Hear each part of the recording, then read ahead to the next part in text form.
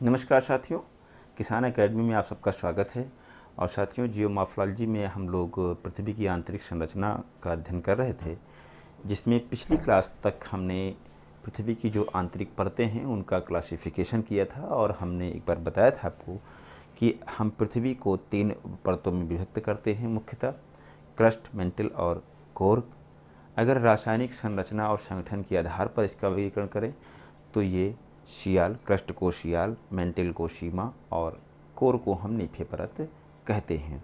वहीं डिस्कॉन्टिन्यूटी हमने लोगों ने देखा था, अशांतत्य क्षेत्र, अपर क्रस्ट लोअर क्रस्ट के मध्य में कोनोरट, क्रस्ट मेंटल के मध्य में मोहो, अपर मेंटल लोअर मेंटल के मध्य में रेपेटी, मेंटल और कोर के मध्य में गुटेनबर्ग, आउटर कोर और इनर कोर के मध्य में लेहमन अशांतत्य पाई जाती है। फिर हमने कहा था कि अगर सतह से लेकर के 2900 किलोमीटर तक की बात करें, यानी कि सतह से लेकर के गुटेनबर्ग अशांतत्य तक का हिस्सा ठोस अवस्था में पाया जाता है, जबकि जो आउटर कोर है यानी कि 2900 किलोमीटर से लेकर के 5150 किलोमीटर तक, यानी गुटेनबर्ग से लेकर के लेहमन अशांतत्य तक का जो हिस्सा है वो लिक्विड फॉर्म में है, और लेहमन अशांतत्य से केंद्र तक का जो हिस्सा है वो जमी अवस्था या सॉलिड फॉर्म में पाया जाता है। इसके बाद हमने एक भूगर्भिक विशेषताओं के आधार पर या यांत्रिकी विशेषताओं के आधार पर वर्गीकरण किया था, जिसमें हमने कहा था क्रस्ट प्लस में अपर मेंटल का भी ऊपरी हिस्सा मिल करके बनता है लिथोस्फीयर। उसके नीचे एक प्लास्टिक अवस्था में पाई जाती है जो जोन होता है, उसको एस्थेनोस्फीयर कहते हैं, जबकि इस रेस्ट जो मेंटल वाला हिस्सा है उसको हम मध्य मंडल कहते हैं यानी मेसोस्फीयर, और जो कोर वाला हिस्सा है उसको बैरी स्फीयर या केंद्रीय मंडल कहते हैं। ये इतनी बातें हम लोगों ने जो पढ़ी हैं उसी को हम आज प्रूव करने चल रहे हैं। आखिर ये बात कहाँ से पता चली, कैसे पता चली? तो हमने कहा था कि हम इसको पृथ्वी की आंतरिक संरचना को समझने के लिए जो 2 मेथड हैं, एक तो पारंपरिक मेथड है पुरातन मत, और एक जो नवीन मत है वैज्ञानिक मेथड जो है वो भूकंप शास्त्र पर है। पुरातन या पारंपरिक के अंतर्गत तापमान पर, दाब पर और घनत्व के आधार पर अध्ययन करना है, और फिर भूकंप शास्त्र को भी हम लोग देखेंगे। तो बहुत ही केयरफुली टोटली कॉन्सेप्ट है, समझिए अच्छे से। सबसे पहले हम लोग क्या करते हैं कि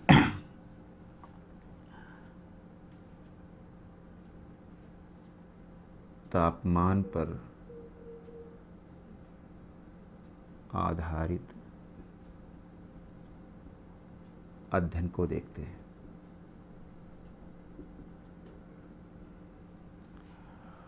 तापमान पर आधारित जब अध्ययन किया गया तो इसमें ये देखा गया कि सतह से गहराई में जाने पर, सतह से गहराई में जाने पर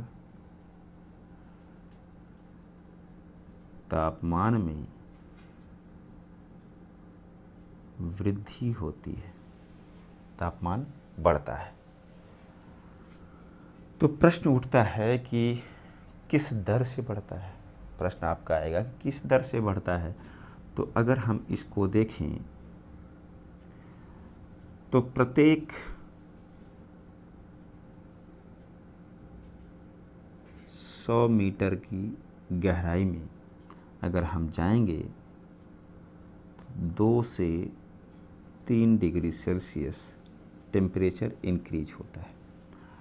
अगर मान लिया, इसको और देखेंगे किताबों में लिखा हुआ है, इसको आप ऐसे कह सकते हैं कि करीब 32 मीटर की गहराई पर 1 डिग्री सेल्सियस टेम्परेचर, ऐसा लिखा होता है, लेकिन लगभग 2 से 3 डिग्री सेल्सियस तापमान बढ़ता है 100 मीटर की गहराई में जाने पर। अब प्रश्न उठता है कि आखिर ये तापमान बढ़ता क्यों है? ये तो प्रश्न आएगा ना कि तापमान क्यों बढ़ता है। तो तापमान बढ़ने के पीछे कारण ये है कि पृथ्वी के आंतरिक भाग में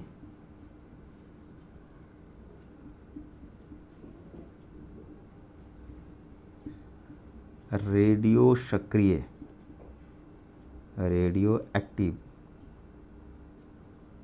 तत्व होते हैं, और रेडियो एक्टिव तत्व जो होते हैं इनका क्या होता है, विघटन होता है।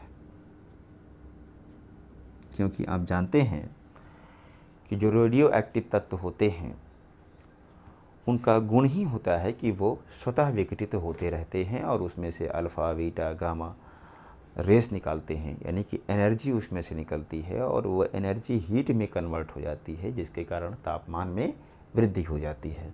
तो विघटन होता है, जिससे क्या होता है, ऊर्जा का निष्कासन होता है। और ऊर्जा का निष्कासन जो होगा,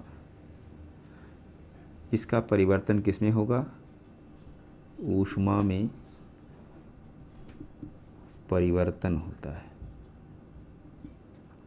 और ऊष्मा का काम क्या है कि तापमान को ये बढ़ा देगा।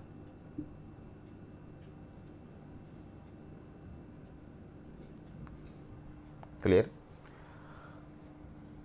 जो रेडियो एक्टिव पदार्थ होते हैं, हमने कहा कि इसमें से ऊर्जा निकलती है और यही ऊर्जा हीट में कन्वर्ट होती है। यही हीट के कारण पृथ्वी के आंतरिक भाग में तापमान बढ़ जाता है।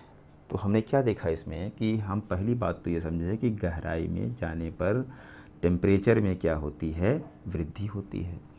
किस दर से वृद्धि होती है, तो आपने कहा 2 से 3 डिग्री सेल्सियस टेम्परेचर बढ़ता है प्रत्येक 100 मीटर की गहराई पर। अब प्रश्न उठता है कि क्यों बढ़ता है, क्यों तापमान बढ़ता है?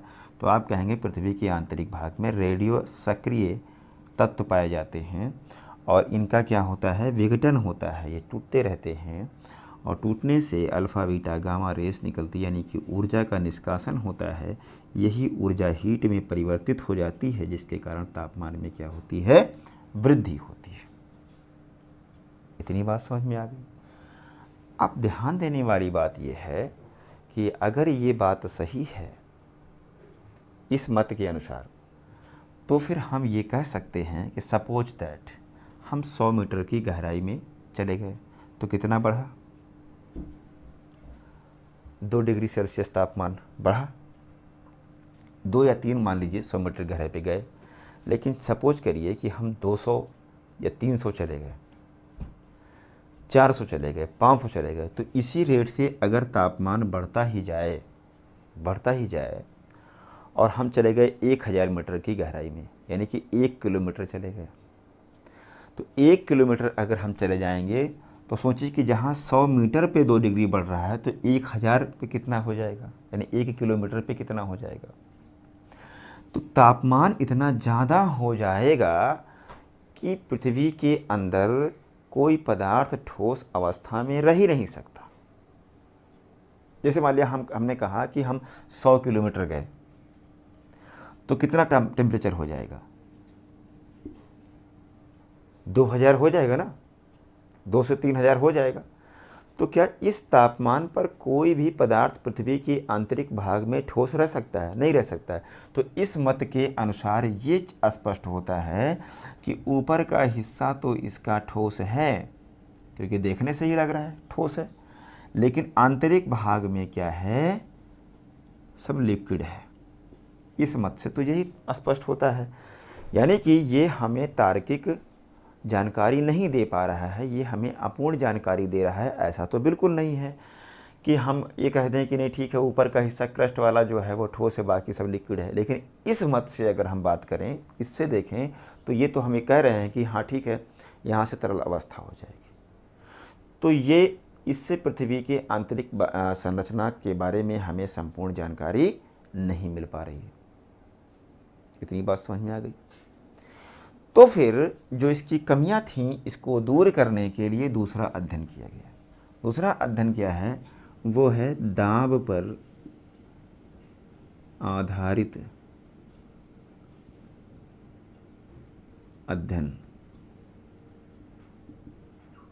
प्रेशर को बेस बनाया गया और देखेंगे प्रेशर में जब बेस बनाया गया तो इसमें क्या कहा गया, ध्यान से समझिएगा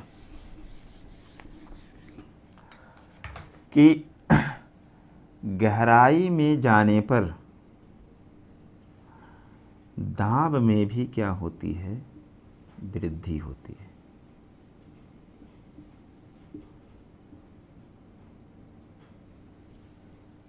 ठीक है। अब प्रश्न उठता है कि आखिर दाब में वृद्धि क्यों होती है? दाब में वृद्धि क्यों होती है?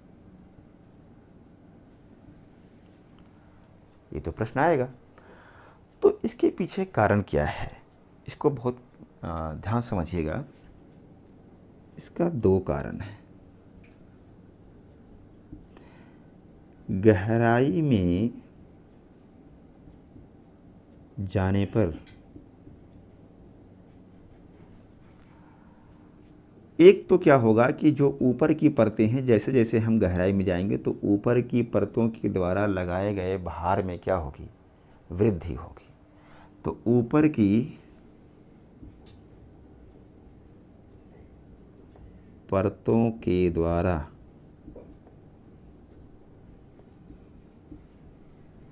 लगाए गए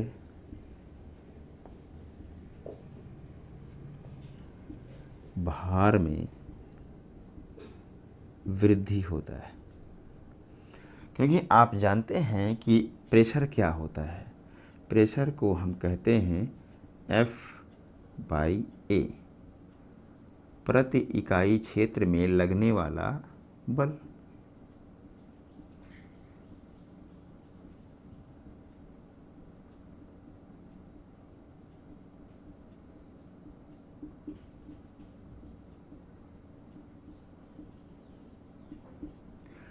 ठीक है, इसी को तो हम प्रेशर कहते हैं। तो हम जैसे जैसे गहराई में जाएंगे ऊपर की परतों के द्वारा लगने वाले भार में क्या हो रही है? वृद्धि होगी। तो जब भार बढ़ेगा तो जाहिर सी बात है कि प्रेशर बढ़ रहा है। तो इसी कारण से दाब बढ़ रहा है। एक बात ये कही गई। दूसरी क्या है,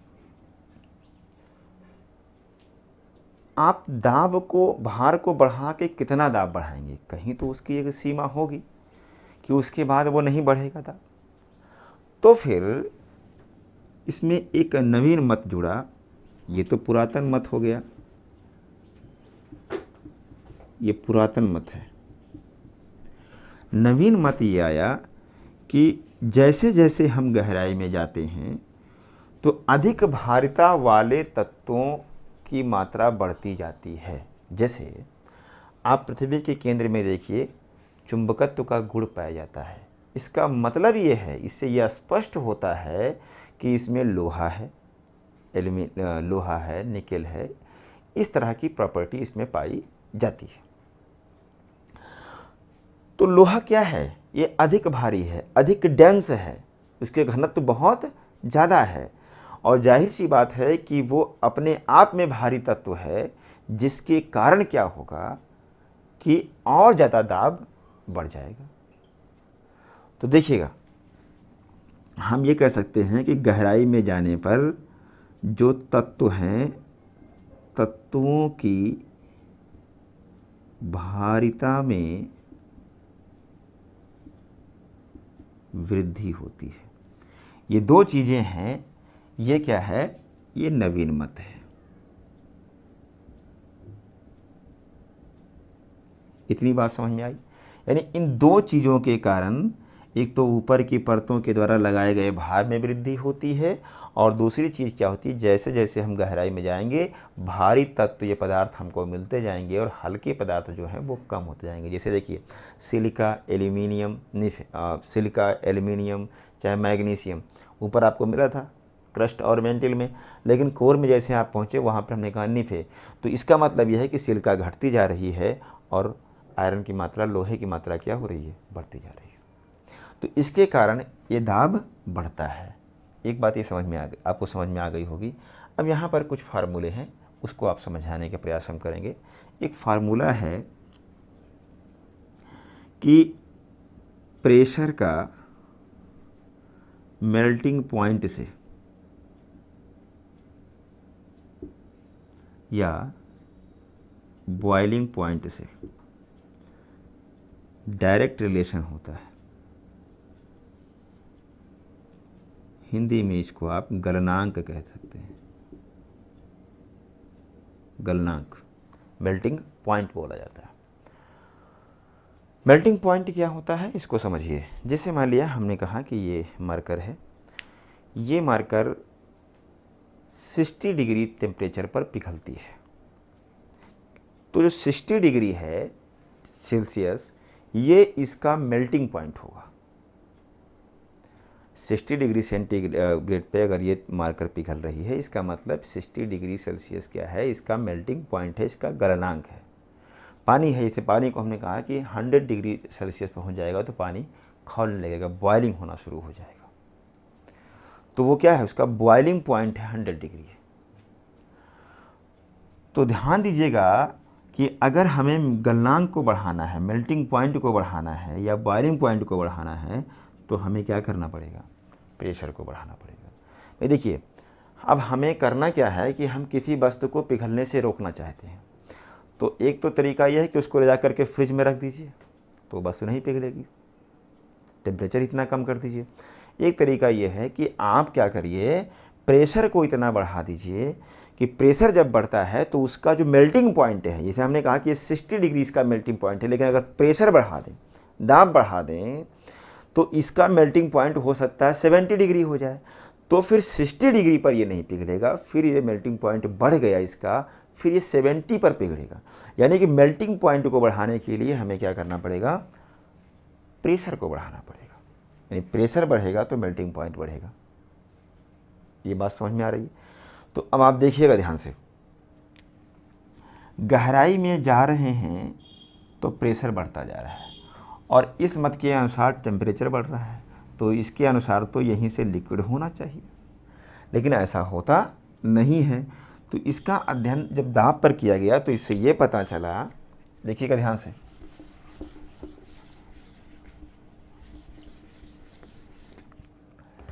कि जब गहराई में गए प्रेशर बढ़ता जा रहा है तो मेल्टिंग पॉइंट बढ़ता चला जाएगा, और एक समय के बाद इतना प्रेशर बढ़ गया कि मेल्टिंग पॉइंट, यानी टेम्परेचर तो बढ़ रहा है लेकिन मेल्टिंग पॉइंट इतना हाई हो गया, इतना ऊपर चला गया कि उस तापमान पर पदार्थ नहीं पिघला, जम गया। जैसे आप देखिएगा ध्यान से, इसमें एक स्टेटमेंट लिख लीजिए कि किसी भी वस्तु को पिघलने से रोकने के लिए उसके गलनांक को बढ़ाना पड़ेगा, चूँकि दाब का मेल्टिंग पॉइंट से या गलनांक से सीधा संबंध होता है, समानुपातिक संबंध होता है। इसलिए दाब को बढ़ाकर गलनांक बढ़ाया जा सकता है और उस वस्तु को पिघलने से रोका जा सकता है। ये स्टेटमेंट आप लिख लीजिएगा। अब ध्यान से देखिएगा, अब मान लीजिए कि ये हमने ले लिया और ये वाला हिस्सा जो है ये क्रस्ट का हिस्सा है, ये मेंटिल है, और यहाँ से ये आउटर कोर और इनर कोर का हिस्सा हो गया। तो आप देखेंगे कि यहाँ से यहाँ तक तो आप जानते हैं कि क्या है, ये ठोस अवस्था में। यहाँ पर क्या है, temperature is greater than pressure. Temperature बढ़ता जा रहा है, प्रेशर भी बढ़ रहा है, लेकिन अभी क्या हुआ, टेम्परेचर इतना ज़्यादा यहाँ पर हो गया, करीब करीब 4300 डिग्री सेल्सियस टेम्परेचर यहाँ हो गया, जिसके कारण जो आउटर कोर के पदार्थ हैं वो तो तरल अवस्था में है। लेकिन यहाँ पर आप देखेंगे कि प्रेशर ज़्यादा है और टेम्परेचर भी ज़्यादा है, लेकिन प्रेशर हावी है किसके ऊपर, टेम्परेचर के ऊपर, क्योंकि जैसे जैसे टेम्परेचर बढ़ रहा है प्रेशर भी बढ़ता जा रहा है, और प्रेशर के कारण मेल्टिंग पॉइंट बढ़ता जा रहा है, जिसके कारण वस्तु या पदार्थ पिघल नहीं रहा है। लेकिन ध्यान से देखिए, ध्यान से, यहाँ की स्थिति क्या है, यानी इनर कोर में अगर आप देखें तो ये पुनः क्या है, ठोस या जमी अवस्था में है। यहाँ पर टेम्परेचर तो बढ़ा लेकिन प्रेशर इतना ज़्यादा बढ़ गया कि गलनांक बहुत ऊपर चला गया, जिसके कारण इनर कोर के पदार्थ क्या हैं, ठोस अवस्था में पाए जाते हैं।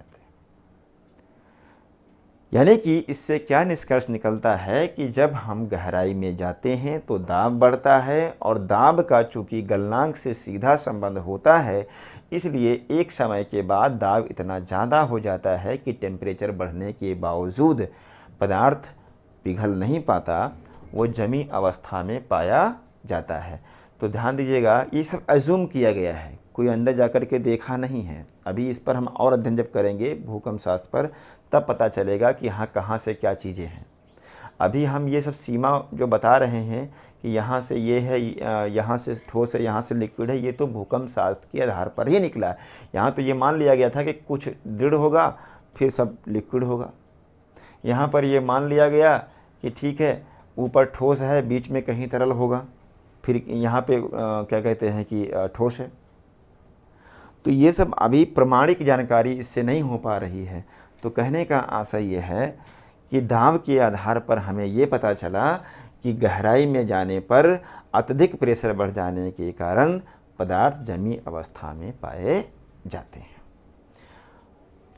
अगला जो अध्ययन किया गया दोस्तों, वो अगला अध्ययन है घनत्व के आधार पर अध्ययन।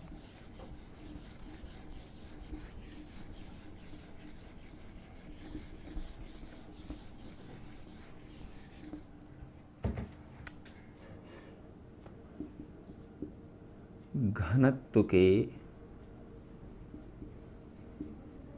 आधार पर अध्ययन।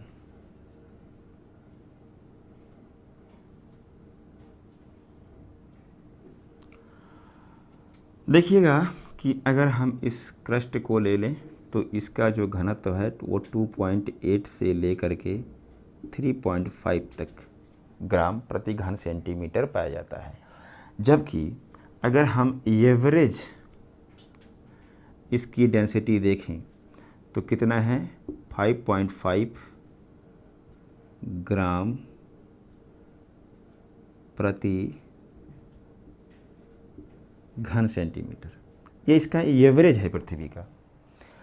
तो अगर क्रस्ट का हम कहें कि घनत्व अगर हम मैक्सिमम मान लें 3 मान लें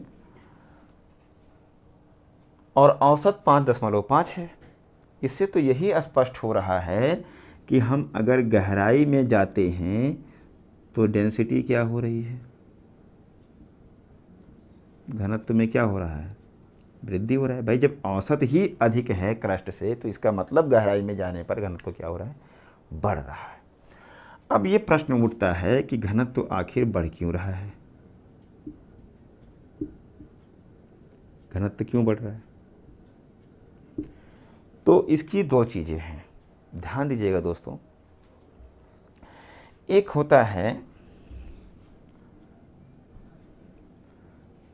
द्रव्यमान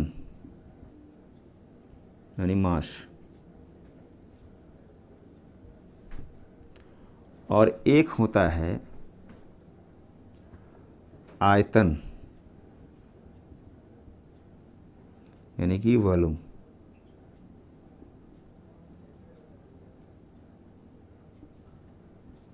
ये 2 चीज़ें, अगर हम इन दोनों चीज़ों को लें,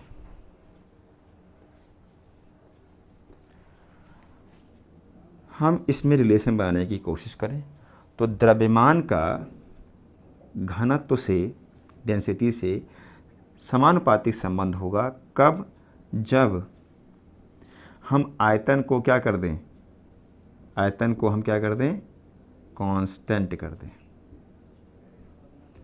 जैसे आयतन को अगर हम फिक्स कर दें, सपोज दैट कि एक ये आपका कमरा है, एक कमरा है, तो आयतन को हमने कांस्टेंट कर दिया कि ये 20x25 का कमरा है, मान लीजिए हमने ऐसे मान लिया।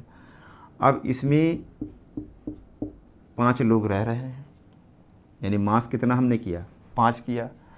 अब हम अगर इसमें यही कमरा लेते हैं, यानी वॉल्यूम को हमने कांस्टेंट कर दिया है आयतन को, और इसमें हमने मास बढ़ा दिया, मान लिया 50 कर दिया, तो ऐसे में घनत्व क्या हो जाएगा, बढ़ जाएगा, नहीं बढ़ेगा, घनत्व बढ़ जाएगा।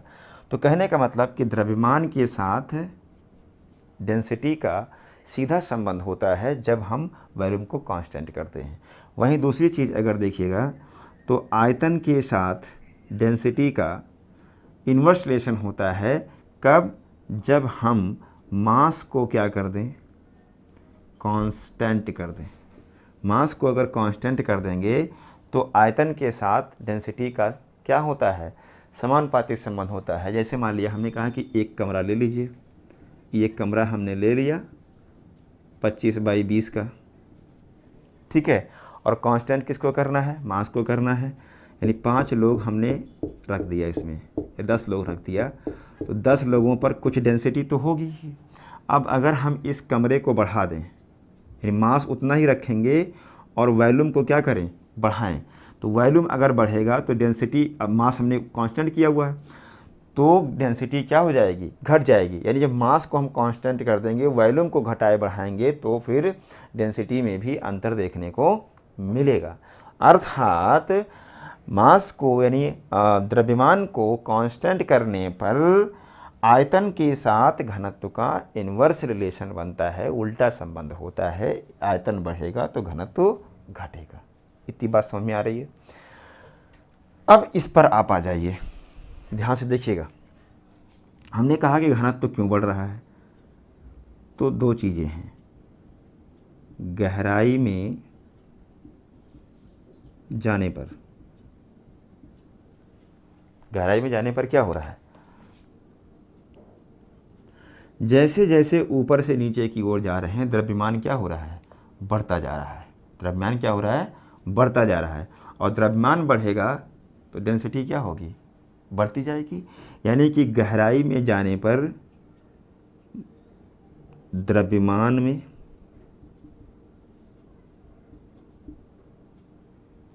वृद्धि हो रही है। और ये द्रव्यमान क्यों बढ़ रहा है, ये वहीं से जुड़ा हुआ है प्रेशर से। हमने कहा था कि गहराई में जाने पर ऊपर की परतों के द्वारा लगाए गए भार में क्या हो रही है, वृद्धि हो रही है। तो वही परतों के द्वारा लगाए गए भार के कारण ही तो हम कह रहे हैं कि द्रव्यमान बढ़ रहा है। और द्रव्यमान बढ़ेगा तो डेंसिटी क्या होगी, बढ़ेगी। तो गहराई में जाने पर इसके कारण बढ़ा है।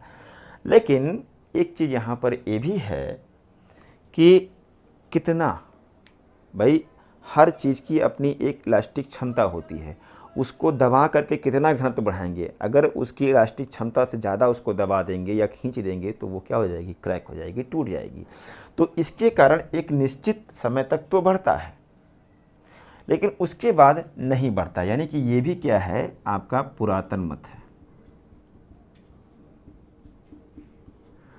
अब नवीन मत जो है, आधुनिक मत है, उसमें क्या कहा गया, उसमें ये कहा गया कि जैसे जैसे हम गहराई में जाते हैं वैसे तत्वों के घनत्व में वृद्धि होती है। तत्व में घनत्व वृद्धि का मतलब ये होता है कि जैसे गहराई में जाने पर तत्वों के या पदार्थों के घनत्व में वृद्धि होती है। और जब इसमें वृद्धि होगी तो उसके कारण भी घनत्व बढ़ता है। जैसे आप देखिए, हमने कहा कि ये सिलिका है, सिलिका की डेंसिटी क्या होगी, बहुत कम होगी। जबकि अगर हम निकेल की बात करें या फेरियम की बात करें, निफे की बात कर लें, तो इसकी डेंसिटी क्या है, बहुत ज़्यादा है।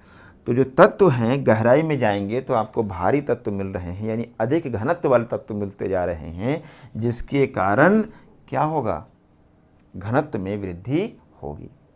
ठीक है। और जैसे जैसे हम गहराई में जा रहे हैं वैसे वैसे आयतन भी क्या हो रहा है, कम हो रहा है। और आयतन जब कम होगा, देखिए यहाँ कोर का आयतन क्या हुआ, कम हुआ, और आयतन कम होगा तो डेंसिटी क्या होगी, बढ़ेगी। तो इन कारणों से गहराई में जाने पर घनत्व में क्या होती है, वृद्धि होती है। और हमने कहा पृथ्वी का औसत घनत्व 5.5 होता है, जबकि अगर कोर में हम चले जाइए तो यहाँ पर सेंटर तक पहुँचते पहुँचते 13 से 14 ग्राम प्रति घन सेंटीमीटर हो जाती है। ठीक है, तो यहाँ पर कितना हो गया, 13 से 14 ग्राम प्रति घन सेंटीमीटर हो जाता है कोर में। तो इससे स्पष्ट होता है कि गहराई में जाने पर घनत्व में क्या हो रही है, वृद्धि हो रही है। अब इतनी बातें हम लोगों ने सीख लिया, लेकिन अभी भी पृथ्वी के आंतरिक भाग के बारे में कोई प्रमाणिक जानकारी हमको अभी नहीं मिली। तो फिर क्या किया गया कि भूकंप शास्त्र का सहारा लिया गया इसको समझने के लिए। तो भूकंप शास्त्र पढ़ने से पहले हम थोड़ा सा इसको आपको फिर से एक कंक्लूड करते हैं, रिवाइज कराते हैं। देखिएगा ध्यान से। हमने कहा कि टेम्परेचर के आधार पर जब अध्ययन करेंगे तो गहराई में जाने पर तापमान में वृद्धि होती है। तापमान में वृद्धि कितने दर से होती है? तो 2 से 3 डिग्री सेल्सियस होता है 100 मीटर की गहराई में जाने पर। वहीं हमने कहा कि क्यों तापमान बढ़ता है, उसके पीछे कारण ये है कि पृथ्वी के आंतरिक भाग में रेडियो एक्टिव पदार्थ होते हैं। रेडियो एक्टिव पदार्थ विघटित होते हैं जिसके कारण उसमें से ऊर्जा निष्कासित होती है और वो ऊर्जा ऊष्मा में कन्वर्ट होती है जिसके कारण तापमान में वृद्धि होती है। इसके कारण ये माना गया कि ऊपरी भाग ठोस है और जबकि आंतरिक हिस्सा क्या होगा? तरल होगा। लेकिन ऐसा तो है नहीं। फिर क्या हुआ? इसकी गुत्थी को सुलझाने के लिए दाब पर आधारित अध्ययन किया गया और कहा गया कि प्रेशर का मेल्टिंग पॉइंट से कैसा संबंध होता है? सीधा संबंध होता है, समानुपातिक संबंध होता है। यानी किसी वस्तु को पिघलने से रोकना है तो हम दाब बढ़ा करके उसके मेल्टिंग पॉइंट को बढ़ा देंगे जिससे दाब वो वस्तु पिघलेगी नहीं। तो हमने देखा कि गहराई में जाने पर दाब में वृद्धि होती है। तो क्यों होती है? क्योंकि ऊपर की परतों के द्वारा लगाए गए भार में वृद्धि होती है और जो पदार्थ हैं उनकी भारिता में भी वृद्धि होती चली जाती है। जैसे जैसे गहराई में जाते हैं वैसे वैसे भारी पदार्थ मिलते हैं जिसके कारण दाब बढ़ता है और दाब बढ़ने से मेल्टिंग पॉइंट बढ़ता है और मेल्टिंग पॉइंट इतना बढ़ जाता है कि इनर कोर के पदार्थ किस अवस्था में पहुंच जाते हैं? ठोस अवस्था में पहुंच जाते हैं। ठीक है। वही घनत्व के आधार पर अध्ययन जो हम लोग किया, हमने कहा कि गहराई में जाने पर घनत्व में क्या होती है? वृद्धि होती है। तो वृद्धि कितनी होती है? तो हमने वृद्धि अगर देखें मतलब और एवरेज देखें इसका, तो इसका एवरेज घनत्व 5.5 ग्राम प्रति घन सेंटीमीटर है। वहीं क्रस्ट का देखिए कम है। इसका मतलब है कि गहराई में जाने पर घनत्व बढ़ रहा है। क्यों बढ़ता है? क्योंकि द्रव्यमान में वृद्धि हो रही है, तत्वों के घनत्व में वृद्धि हो रही है, आयतन में कमी आ रही है जिसके कारण घनत्व में क्या हो रही है? वृद्धि हो रही है। ठीक है। अब इन सभी बातों को हम कंक्लूड करेंगे भूकंप शास्त्र के अध्ययन के माध्यम से और जो भी आपके मन में डाउट्स हैं वो सारे डाउट्स क्या हो जाएंगे? क्लियर हो जाएंगे। तो चलिए देखिए,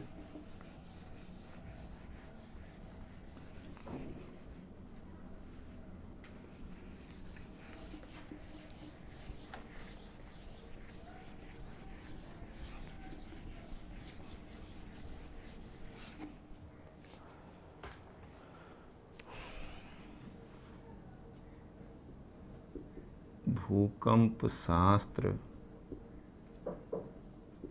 पर आधारित अध्ययन, सिस्मोलॉजिकल स्टडीज।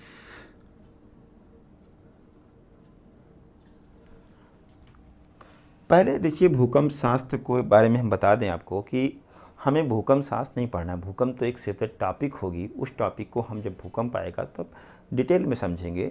हमें यहाँ पर भूकंप शास्त्र का सहारा लेना है और उसके सहारे हम लोगों को पृथ्वी की आंतरिक संरचना के बारे में जानकारी इकट्ठा करनी है और वैज्ञानिक मत भी है। आइए समझने का प्रयास करते हैं। तो सबसे पहले कुछ बेसिक बातें आपको बताते हैं। जैसे मान लिया कि ये पृथ्वी है। अब पृथ्वी के आंतरिक भाग में जहाँ से देखिए भूकंप जो होता है भूकंपीय तरंगों के माध्यम से आती है। यानी कि जो ये भूकंपीय तरंगे होती हैं वो एक प्रकार से यांत्रिकी तरंगे होती हैं। कैसी होती हैं? मैकेनिकल वेव्स होती हैं, यांत्रिकी तरंगे होती हैं।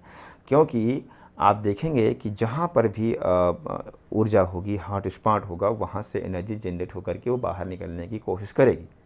तो भूकंपीय तरंगों की जहाँ से उत्पत्ति होती है पृथ्वी के आंतरिक भाग में, जहाँ से वो स्टार्ट होती हैं उस स्थान को हम फोकस कहते हैं। भूकंप मूल, यानी कि फोकस क्या है? जहां से भूकंपीय तरंगे उत्पन्न होती है।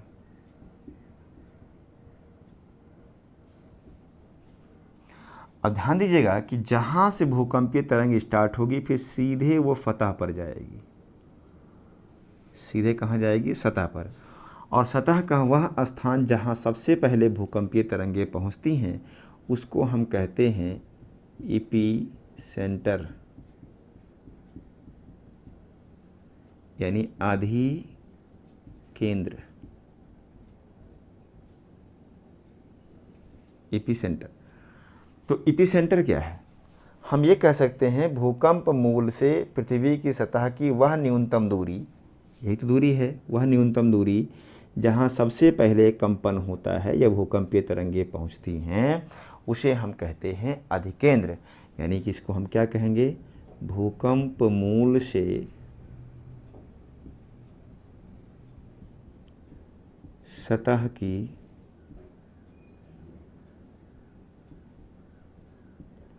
वह न्यूनतम दूरी जहाँ सर्वप्रथम कंपन होता है या सबसे पहले भूकंपीय तरंगें पहुंचती हैं। देखिएगा ध्यान से, जैसे ये पृथ्वी है, ये पृथ्वी है, इस पृथ्वी में हमने कहा कि यहाँ पर भूकंप आ रहा है। सपोज दैट यहाँ पर भूकंप आ रहा है, तो यहाँ भूकंप आने का मतलब है कि कहीं भूकंप मूल होगा इसी के अंदर। तो मान लीजिए कि हम 70 किलोमीटर गहराई से भूकंप आया है, तरंगें आई हैं, तो इसी के सीधे एकदम 70 किलोमीटर पर ड्रिल कर दीजिए। वहीं पर क्या मिला हमको? भूकंप मूल मिलेगा। यानी जहाँ से स्टार्ट हुई थी फिर वहीं से वो सीधे कहाँ आई? ऊपर आ गई। यहाँ पर जहाँ सबसे पहले पहुँचेगी उसी को हम कहेंगे अधिकेंद्र, एपीसेंटर है। यानी भूकंप मूल इसकी गहराई में होगा। तो भूकंप मूल से पृथ्वी की सतह की वह न्यूनतम दूरी, एकदम 90 डिग्री पे आएगा, एकदम वर्टिकल, वह न्यूनतम दूरी जहाँ सबसे पहले भूकंपीय तरंगें पहुँचती हैं या कंपन होता है उसको हम अधिकेंद्र कहते हैं।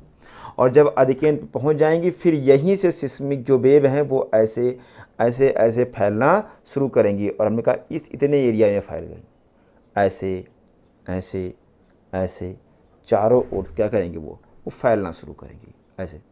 तो मान लिया इतने एरिया में प्रभावित हो गया, लेकिन सबसे ज़्यादा प्रभावित एरिया कौन सा होगा? जहाँ सबसे पहली बार भूकंप आया था।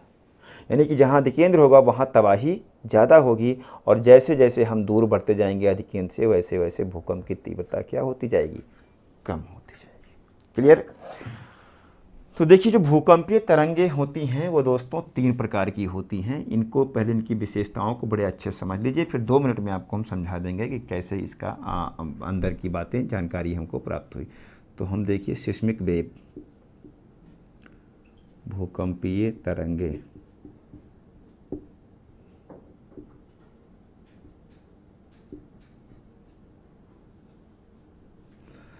सिस्मिक जो वेव हैं वो 3 प्रकार की वेव होती है। एक होती है पी तरंग, एक है यस तरंग, और एक है एल तरंग। इसी को हम प्राथमिक तरंग कहते हैं,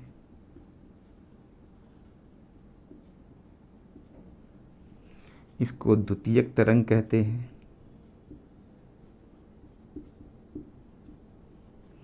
और इसको हम सरफेस वेव कहते हैं, सतही तरंग।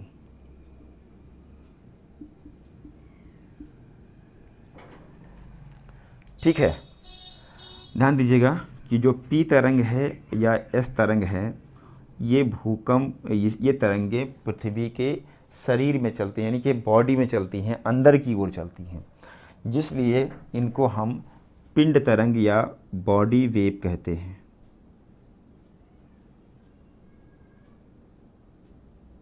या पिंड तरंग कहते हैं इसको। ठीक है, और ये सतह पर करीब समीप चलती है, इसलिए इसको हम सरफेस वेव कहते हैं, सतही तरंग कहते हैं। ध्यान देने वाली बात है, अब इन तरंगों की हम विशेषता आपको समझाने का प्रयास करते हैं। देखिए दोस्तों, जो प्राथमिक तरंग होती है ये वास्तव में ध्वनि तरंग के जैसी, ध्वनि तरंग नहीं बता रहे हैं आप, तो आप कंफ्यूज कर जाएंगे, ध्वनि तरंग के जैसा बिहेव करती है, यानी अनुदैर्ध्य तरंग होती है ये, अनुदैर्ध्य तरंग, लॉन्गिट्यूडिनल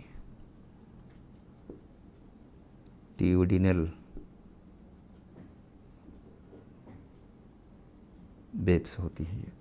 वहीं जो द्वितीयक तरंग है ये वास्तव में प्रकाश तरंग की या जल तरंग के समान क्या होती है, अनुप्रस्थ तरंग होती है,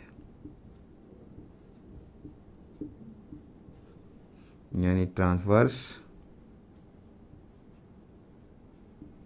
वेव्स। यानी कि ये प्रकाश तरंग के समान बिहेव करती है और ये ध्वनि तरंग के समान, यानी ये लॉन्गिट्यूडनल है और ये ट्रांसवर्स वेव होती है। क्या है ट्रांसवर्स वेव और लॉन्गिट्यूडनल वेव, थोड़ा समझिएगा। जो पी वेव होती है, मान लिया ये तरंग की दिशा है, तो इसमें कणों का जो कंपन होगा, भाई जब भूकंप तरंग चलती है तो कणों में क्या होता है, कंपन होता है।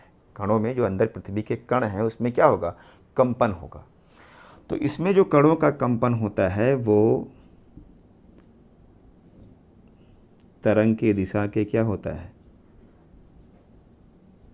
समानांतर होता है, आगे पीछे ऐसे कंपन होगा। वहीं पर अगर हम, ये पी वेव है, अगर हम एस वेव की बात करें तो इसमें भूकंपीय तरंगों, जो भूकंपीय तरंग होती है, जो दिशा होती है, उसमें कणों का कंपन जो होता है वो तरंग की दिशा के क्या होता है, लंबवत होता है। ये किसका बिहेव है, ये यस तरंग है, ये द्वितीयक तरंग है।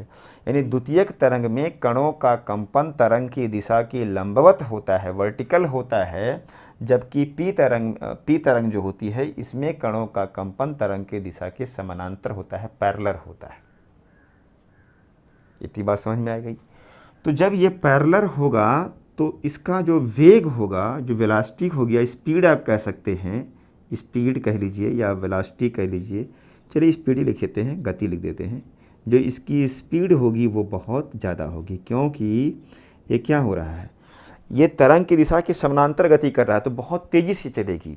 लेकिन ये जब तेज़ी से चलेगी तो ये फिर सतह पर जब आएगा तो ऐसे ये स्विंग करेगा, यानी कि इस तरह से हिलना शुरू करेगी। जो धरती है वो ऐसे हिलना शुरू करेगी। तो जब हिलना शुरू करेगी तो इसकी तीव्रता बहुत ज़्यादा नहीं होगी, यानी इंटेंसिटी जो भूकंप की होगी वो कम होगी, यानी कि भूकंप की तीव्रता कम होगी। लेकिन जो यस तरंग है, चूंकि इसमें कंपन लंबवत होता है, देखिए ऐसे घूमते फिरते आ रहे हैं, तो ये गति इसकी कम हो जाएगी, यानी स्पीड इसकी क्या होगी, कम होगी। लेकिन चूंकि ये लंबवत होता है तो ऐसे कंपन करना शुरू करेगी धरती। तो इससे क्या होगा कि विनाश की स्थिति आना शुरू हो जाएगी, मतलब नुकसान ज़्यादा होगा, यानी इसकी तीव्रता क्या होगी, अधिक होगी। इस तरंग से जब भूकंप आता है तो तीव्रता क्या हो जाती है, अधिक हो जाती है। इतनी बात समझ में आई। अब ध्यान देने वाली बात है कि जो एल तरंग होती है, लब वेव कहते हैं इसको, ये दोनों भी हो सकती है, ये अनुदैर्ध्य भी हो सकती है और ये अनुप्रस्थ भी हो सकती है, ये दोनों प्रकार की हो सकती हैं। ये चलती है ऐसे सतह के समीप। तो सतह के समीप चलने के कारण जो एल तरंग होती है वो दोनों प्रकार की हो सकती है। जैसे मान लिया हमने कहा कि ये एल तरंग है, इसमें समानांतर भी चीज़ें होंगी और अनुप्रस्थ भी हो सकती हैं, तो ये एल तरंग है। इसकी स्पीड जो है न्यूनतम है, सबसे कम है। यस की स्पीड पी से कम है। किससे, इसकी तुलना में बात हो रही है, इनकी कंपैरिजन हो रही है, लेकिन यस की तीनों में सबसे कम हो जाएगी। लेकिन तीव्रता अगर हम बात करें तो तीनों में इसकी सबसे ज़्यादा है। यहाँ पर जो इन दोनों की तीव्रता हमने देखी थी वो इनके कंटेक्स्ट में देखा था, यानी कि पी की तीव्रता कम है, यस की अधिक है।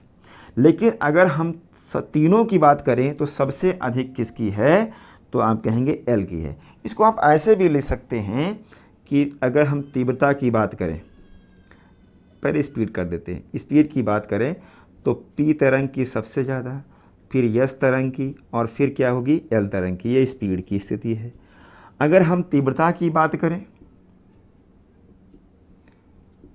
तीव्रता की बात अगर करें तो देखिएगा ध्यान से, तीव्रता में पी तरंग की कम, किससे, यस से, और एल की, एल से भी कम है यस की, यानी सबसे अधिक किसकी है, एल की तीव्रता है।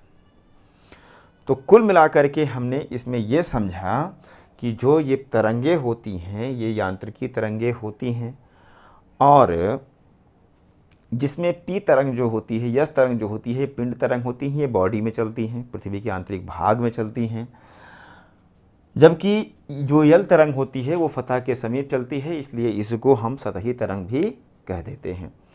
अब ध्यान देखिएगा, हमने कहा कि जो पी तरंग होती है इसमें कणों का कंपन तरंग की दिशा के समानांतर होता है, इसीलिए अनुदैर्ध्य कहलाती है ये, और यही कारण है कि इसकी गति सबसे अधिक होती है जबकि तीव्रता कम होती है। वहीं यस तरंग में हम देखें तो इसमें कणों का कंपन तरंग की दिशा के लंबवत होने के कारण इसकी स्पीड कम होती है पी की तुलना में, जबकि तीव्रता पी से क्या होती है, अधिक होती है। वहीं एल तरंग को हमने कहा कि ये सतह के समीप चलती है, इसकी गति जो होती है वो सबसे कम होती है, लेकिन सतह के समीप चलने के कारण इसकी तीव्रता सबसे अधिक होती है, इसलिए इसको विनाशकारी तरंग भी कहा जाता है। विनाशकारी तरंग भी इसको कहा जाता है। अब एक बात यहाँ पर हमने तरंगों की विशेषता बताई है आपको, अब इसका हम कैसे यूज करेंगे पृथ्वी की आंतरिक संरचना को समझने के लिए। ध्यान दीजिएगा, हमने कहा कि ये तो हो गई आपकी एल वेव, लेकिन जो पी तरंग है और जो एस तरंग है वो बॉडी में चल रही है इस तरह से, जैसे यहाँ से ये पहुँची और फिर ये फैलना शुरू कर देंगी चारों ओर। तो अब इनका हम इस्तेमाल करेंगे। देखिएगा ध्यान से, एक विशेषता देख लीजिए,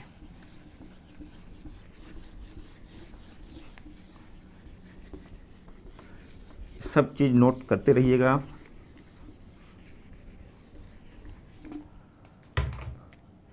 जो पी तरंग है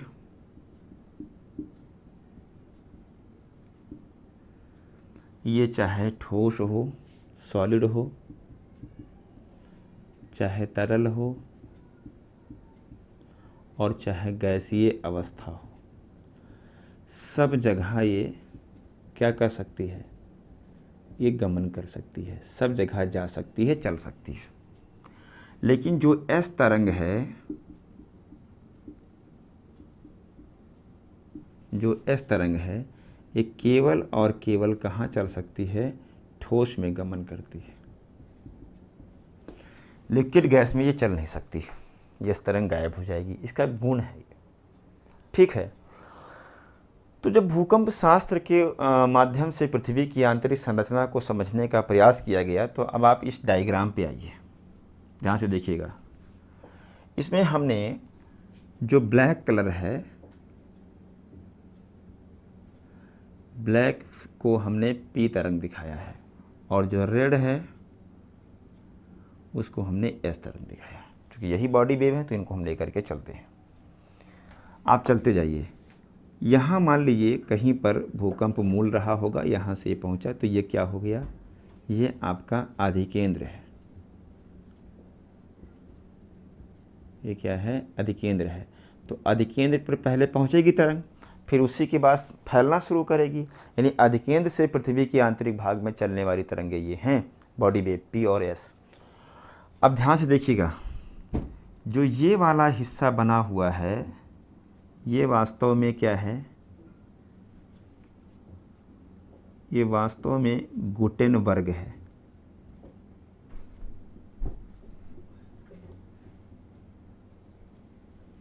ये क्या है, गुटेनबर्ग है, यानी कि यहाँ से शुरू हो रहा है आउटर कोर। क्या शुरू हुआ, आउटर कोर शुरू हुआ, और यहाँ पर ये हम मान लेते हैं कि क्या है, इनर कोर है। बात समझ में आई। ये इनर कोर है।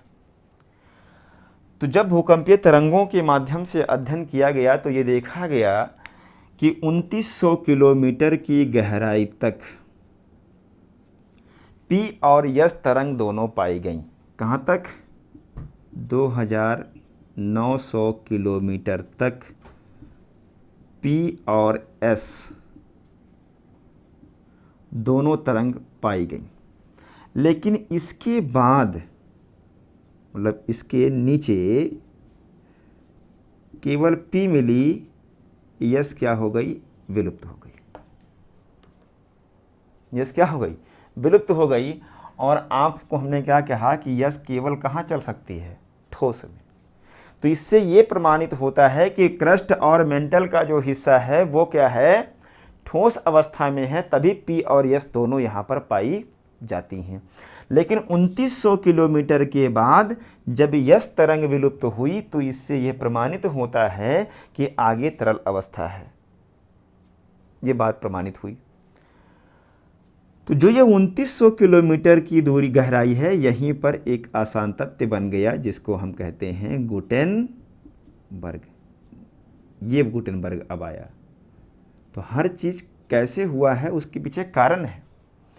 एक चीज़ यहाँ पर और हुआ, केवल यही यस तरंग ही विलुप्त नहीं हुई, जो पी तरंग है, पी तरंग की गति भी एकाएक कम पड़ गई, मंद पड़ गई, स्पीड उसकी कम हो गई, लो वेलोसिटी जोन डेवलप हो गया। इसका मतलब ये है कि आप जानते हैं, एक फार्मूला ध्यान रखिएगा कि पदार्थ के डेंसिटी से, घनत्व से भूकंपीय तरंगों की गति का समानुपातिक संबंध होता है, डायरेक्ट रिलेशन होता है। मतलब अगर पदार्थ का घनत्व बढ़ेगा तो भूकंपीय तरंगों की गति भी क्या होगी? बढ़ेगी। तो यहाँ पर 2900 किलोमीटर की गहराई के बाद पी तरंग की गति भी कम पड़ गई, मंद पड़ गई। और मंद कब हो सकता है? तभी जब घनत्व कम होगा। घनत्व कम होगा तो इससे ये भी स्पष्ट हो रहा है कि जाहिर सी बात है यहाँ तरल है, तभी तो घनत्व एकाएक क्या हुआ?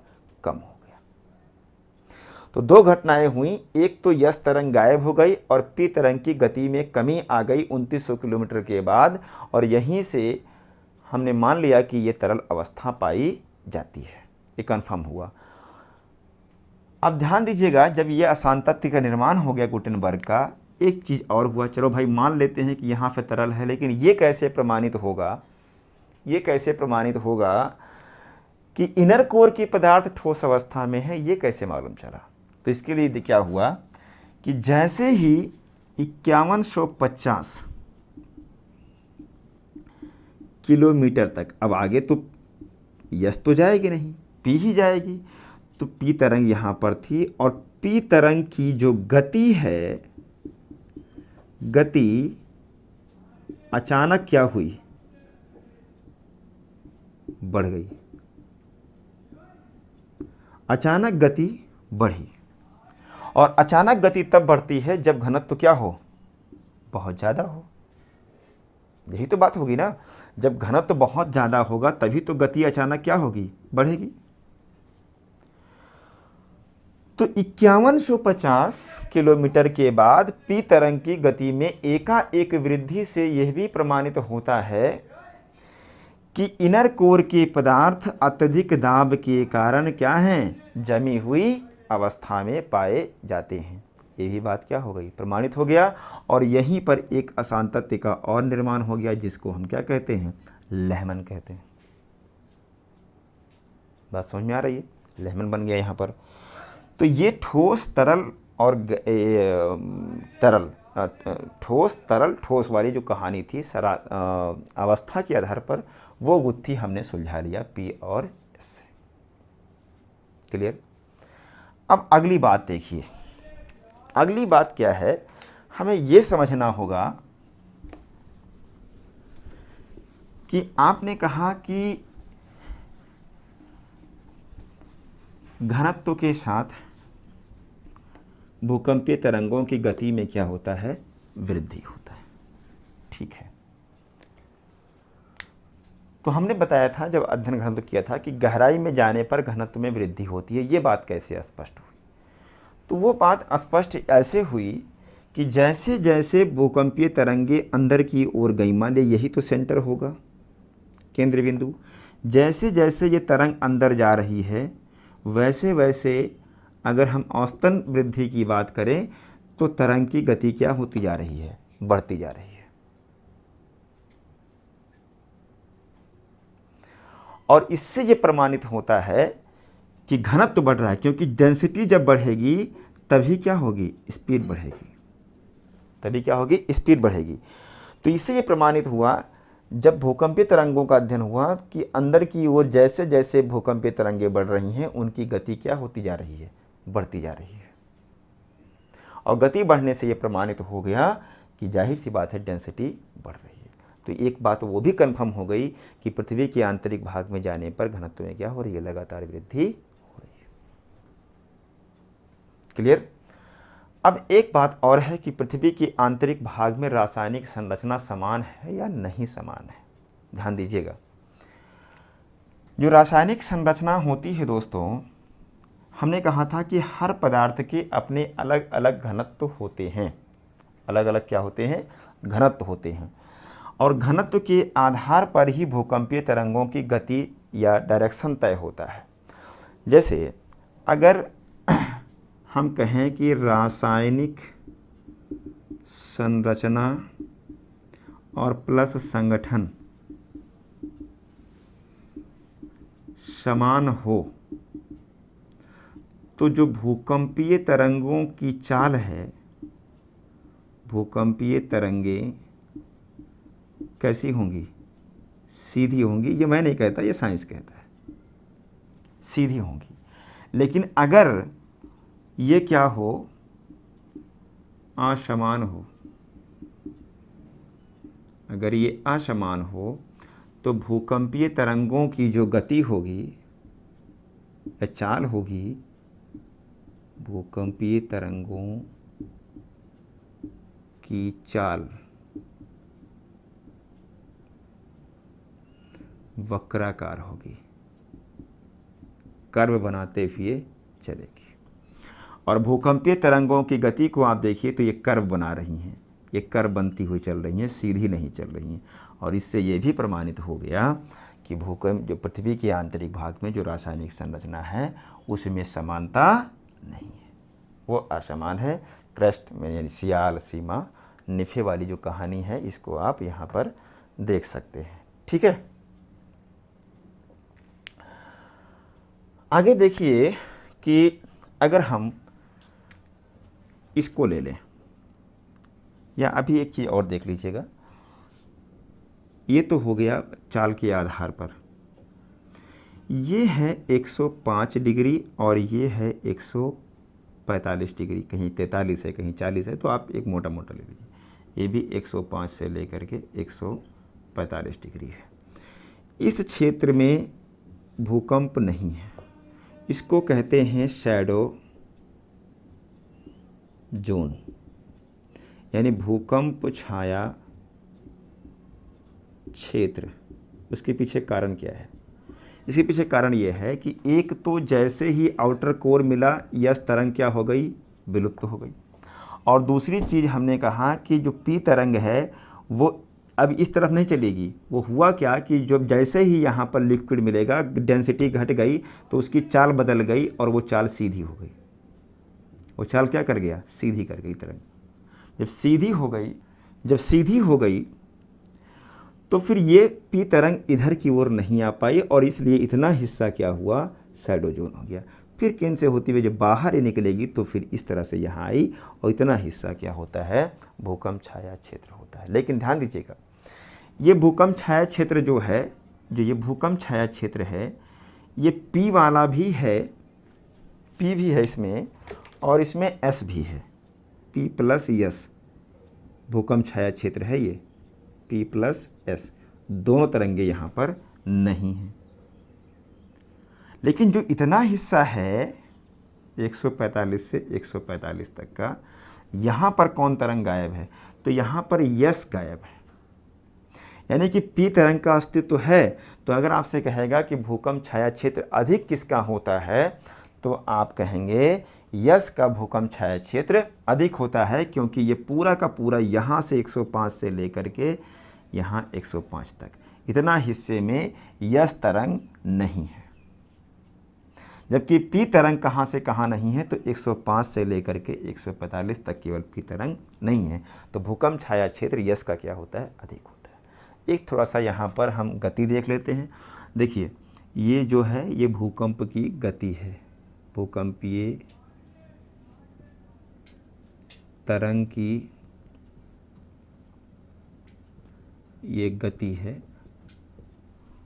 ना, और ये गहराई है, ठीक है ना। तो आप देखिए जो ये वाली तरंग है, ये वाली, ये एस तरंग है, और ये कौन सी है? पी तरंग है। तो देखिए जो एस तरंग है इसकी गति मंद है, और देखिए यहाँ पर चली है ये, और फिर यहाँ पर आई। तो जो ये हिस्सा है दोस्तों, ये वास्तव में एस्थेनोस्फीयर है, और ये क्या है? लिथोस्फीयर है।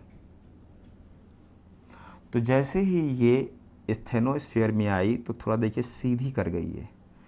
ये भी देखिए इसकी स्पीड ज़्यादा होती है पी की, लेकिन देखिए यहाँ पर जब आई तो ये सीधी पड़ गई, यानी स्पीड इसकी क्या हो रही है? कम हो रही है। तो इससे स्पष्ट होता है कि जो ये वाला स्टेनोस्फीयर वाला हिस्सा है ये प्लास्टिक अवस्था में पाया जाता है, और यहाँ भूकंपीय तरंगों की गति कम पड़ जाती है, इसलिए इसको लो वेलोसिटी जोन बोलते हैं इसको, ठीक है। लो वेलोसिटी जोन किसको कहते हैं? एस्थेनोस्फीयर को। और फिर आप देखिए कि यस तरंग की गति कम है, 5 के आसपास दिख रही होगी, 5, 6, 7 यहाँ तक पहुँची है, 6 तक, और इसकी देखिए स्पीड बढ़ती जा रही है, और ये 11 तक पहुँच गई स्पीड, ठीक है ना। तो इसकी स्पीड ज़्यादा होती है। क्लियर? इससे भी स्पष्ट हो रहा है, जैसे जैसे गहराई में जा रही है स्पीड क्या होती जा रही है? बढ़ती जा रही है। इसका मतलब ये होगा कि डेंसिटी क्या होती जा रही है? बढ़ती जा रही है। एक ही हो गया। इसके अलावा कुछ थोड़ा सा भूकंपीय तरंगों का प्रकार है, जैसे हमने कहा पी तरंग है, हमने कहा यस तरंग है। तो पी और यस तरंग की गति जो होती है वो सबसे ज़्यादा होती है इसी में, और जो तरंगे हैं कुछ इसी की टाइप हैं, जैसे पी एस्ट्रिक, यहाँ पे स्टार लगा होता है, और एस एस्ट्रिक, ठीक है। और सबसे कम होता है पी जी एस जी। ये बात ध्यान रखिएगा आप लोग, ये कभी कभी मिलाने के आता है। तो इस तरह से ये भूकंपीय तरंगों का हमने अध्ययन के माध्यम से पृथ्वी के आंतरिक भाग को आपको समझाने का प्रयास किया, और उम्मीद करता हूँ कि आपको ये क्लास समझ में आई होगी। अब इसको क्या करना है, बार बार आप इसी तरीके से पढ़िए, 1 बार 2 बार वीडियो देख लीजिए, नोट्स बना लीजिए, फिर इस पर आप प्रैक्टिस करिए, क्वेश्चंस की लिखने का अभ्यास करिए, जहाँ पर फंसिए पुनः नोट्स को पढ़िए, कंटेंट नोट्स इसमें शामिल करिए, पूरा रिवाइज कर लीजिए अच्छे से, और फिर हम मिलते हैं आपसे अगली क्लास में। Thank you.